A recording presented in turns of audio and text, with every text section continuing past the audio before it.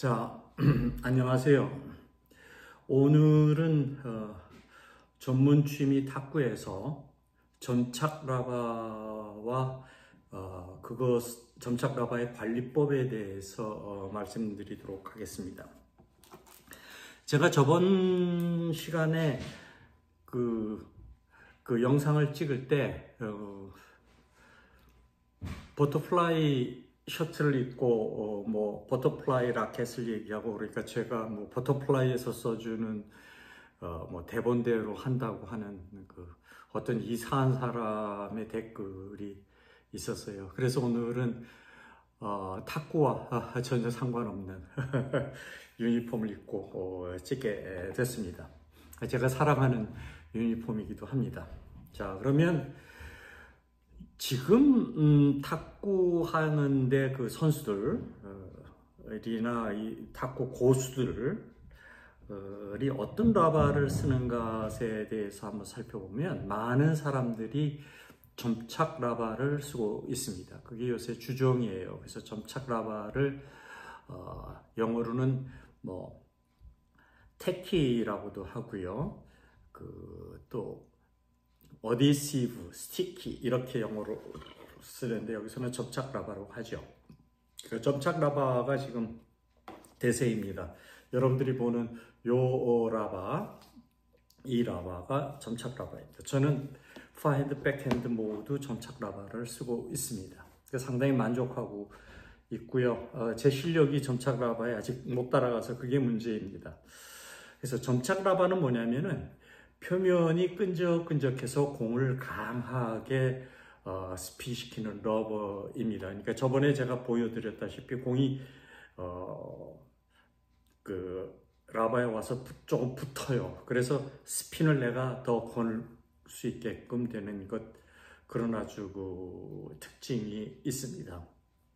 그런데다가 뒤에 스펀치에서 받아주면서 회전을 시켜주니까 상당히 많은 스핀이 걸립니다. 그래서 점착 라바의 특징은 첫 번째, 스핀이 아주 비접착 라바에 비해서 스핀이 많이 걸립니다. 그 끈끈한 표면으로 인해서 공에 강력한 스핀을 걸 수 있습니다. 그래서 뒤에 스펀치의 경도, 스펀치의 그 다음에 그 각도가 있거든요. 그런 그 각도도 상당히 중요합니다. 그리고 점착 라바를 쓰면은 공격적인 플레이를 할 수가 있어요. 그러니까 수비 플레이 하는 사람들을 보면 핀풀 라바라고 해서 영어로는 핌 아웃이거든요. 이런 라바들은 핌 인이라고 쓰는데, 그건 핌 아웃이라서 이질 라바 계통으로 쓰는 것은 수비 형태의 플레이어들이 쓰는 거고, 공격적인 플레이 하는 사람들은 이 점착 라바를 많이 씁니다. 그래서 회전 때문에 강한 공격적인 플레이를 가능하게 하고요. 서비스 할 때 아주 스핀이 많이 걸리니까 좋겠죠. 횡회전 서비스나 훅 서비스 할 때 아주 유리하겠죠.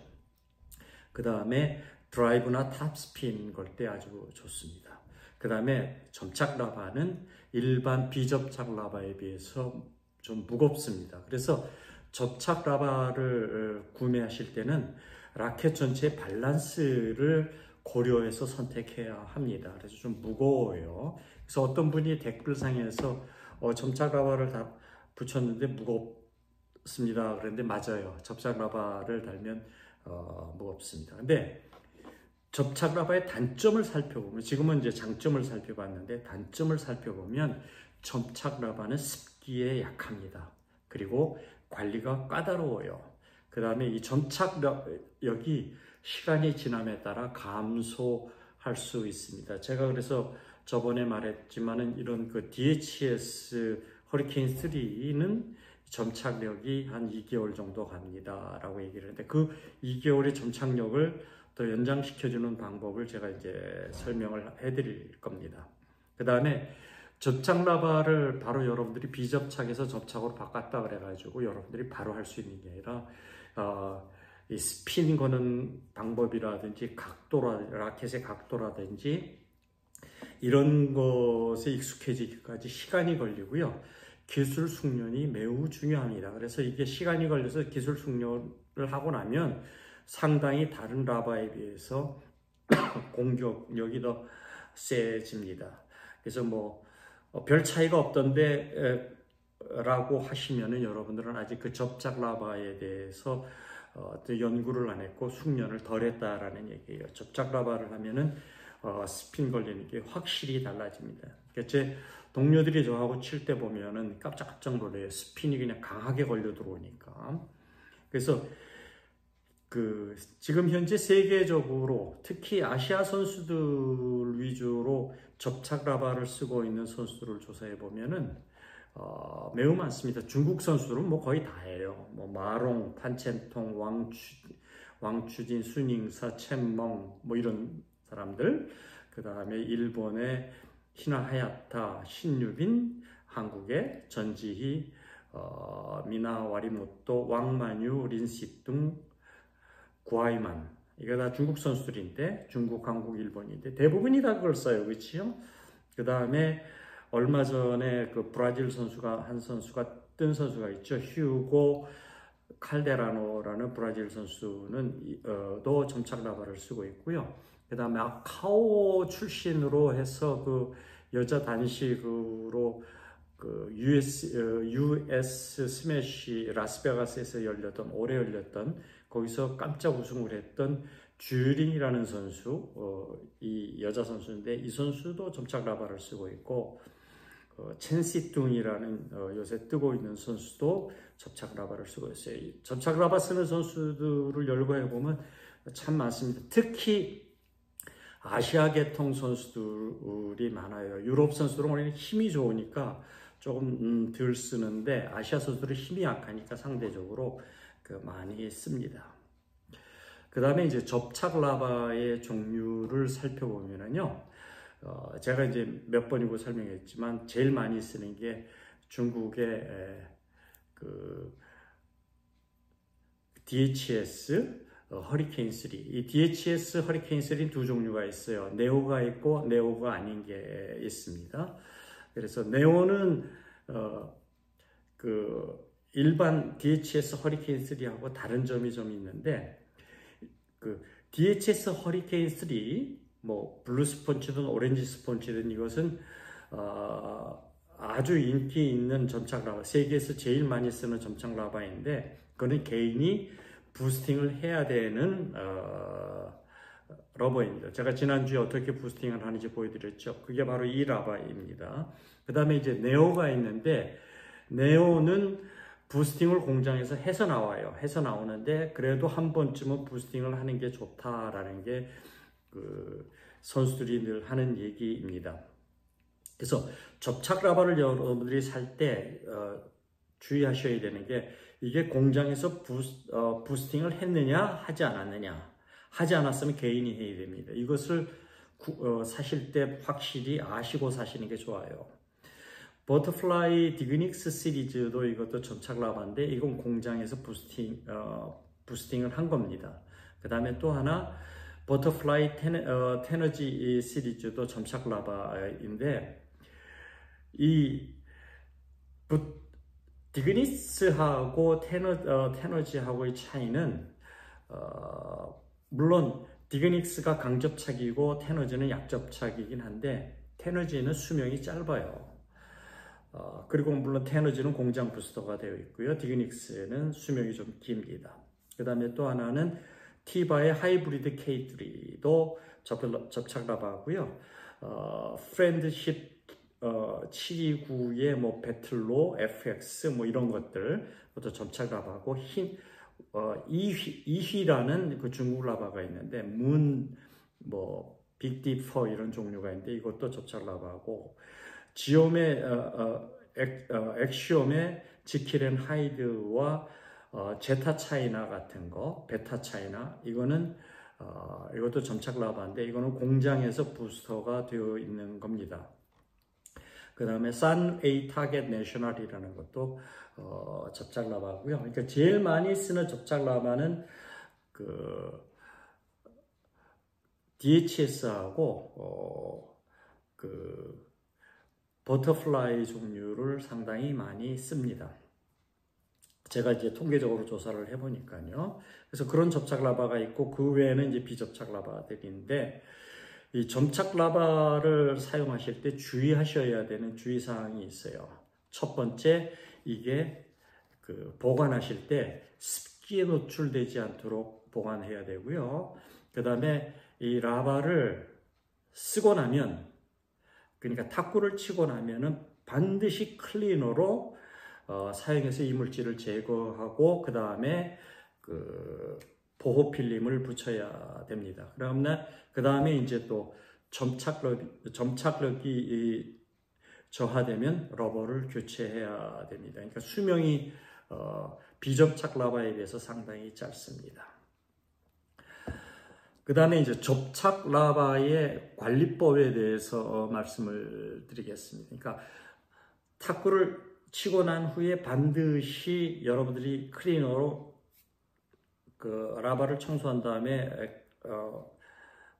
보호 필름을 붙이십시오라고 얘기했는데 그거 외에 또 중요한 것들이 있어요.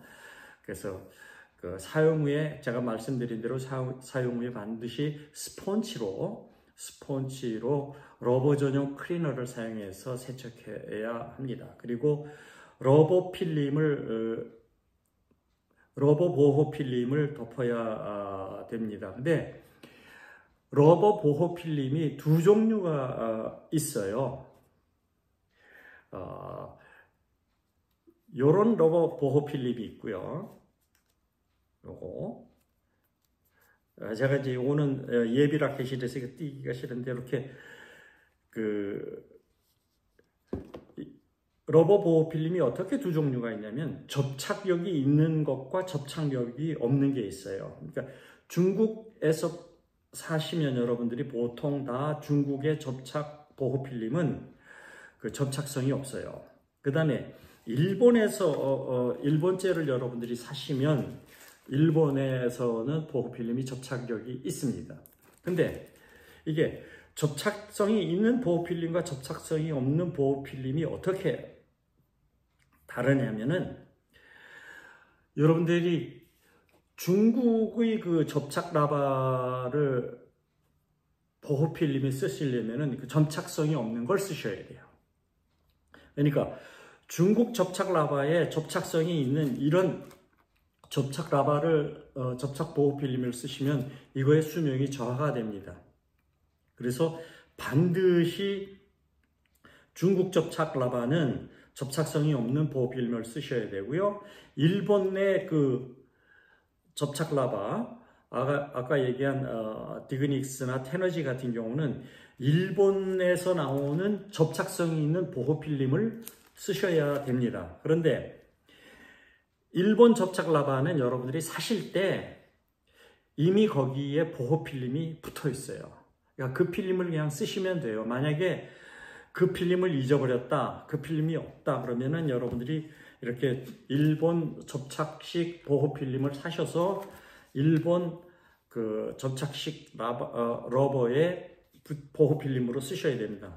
그러니까 주의하셔야 되는 게 중국 접착 라바는 접착성이 없는 보호 필름을 쓰시고 일본 버터플라이나 뭐 이런 것들은 접착성이 있는 보호 필름을 쓰셔야 됩니다.